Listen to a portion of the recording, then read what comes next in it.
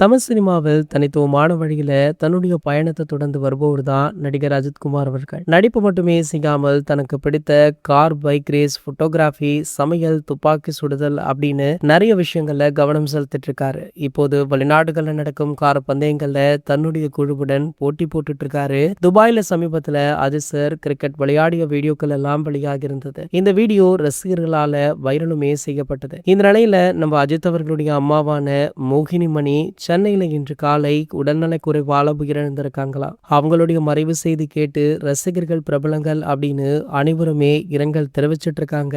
இந்த நிலையில முதல்வர் விஜய் அவர்கள் அருமை நண்பர் அஜித்குமாருடைய தாயார் மோகினி மறைவு செய்தி கேட்டு மிகுந்த மனவேதனை அடைந்தேன். வாழ்வில் அனைத்து நிலையிலுமே அரணாக இருந்து அரவணைத்த தாயாரை இழந்து வாடும் நண்பர் அஜித் மற்றும் அவருடைய குடும்பத்தினருக்கு ஆழ்ந்த இரங்கலை தெரிவித்துக் கொள்றேன். அவருடைய ஆன்மா இறைவன் திருவடியில் இலைப்பாரா பிரார்த்திக்கிறேன் அப்படின்னு சொல்லி வருத்தம் தெரிவித்திருந்தாரு முதல்வர் விஜய் அவர்கள். இந்த ட்விட்டை காலையில போட்டிருந்தாரு. இதனடுத்து பாத்தீங்கன்னா இவங்களுடைய உடல் நாளை தான் நல்லடக்கம் செய்ய உள்ளாங்க அப்படின்ற தகவல் வெளியாக இருந்தது. இதனையடுத்து இன்று மாலை தமிழக முதல்வரான விஜய் அவர்கள் இவங்களை நேர்ல சந்தித்து அஞ்சலி செலுத்தவுமே இருக்காராம். இந்த தகவல் தற்போது வெளியாகி வைரலுமே ஆகிட்டு இருக்கு.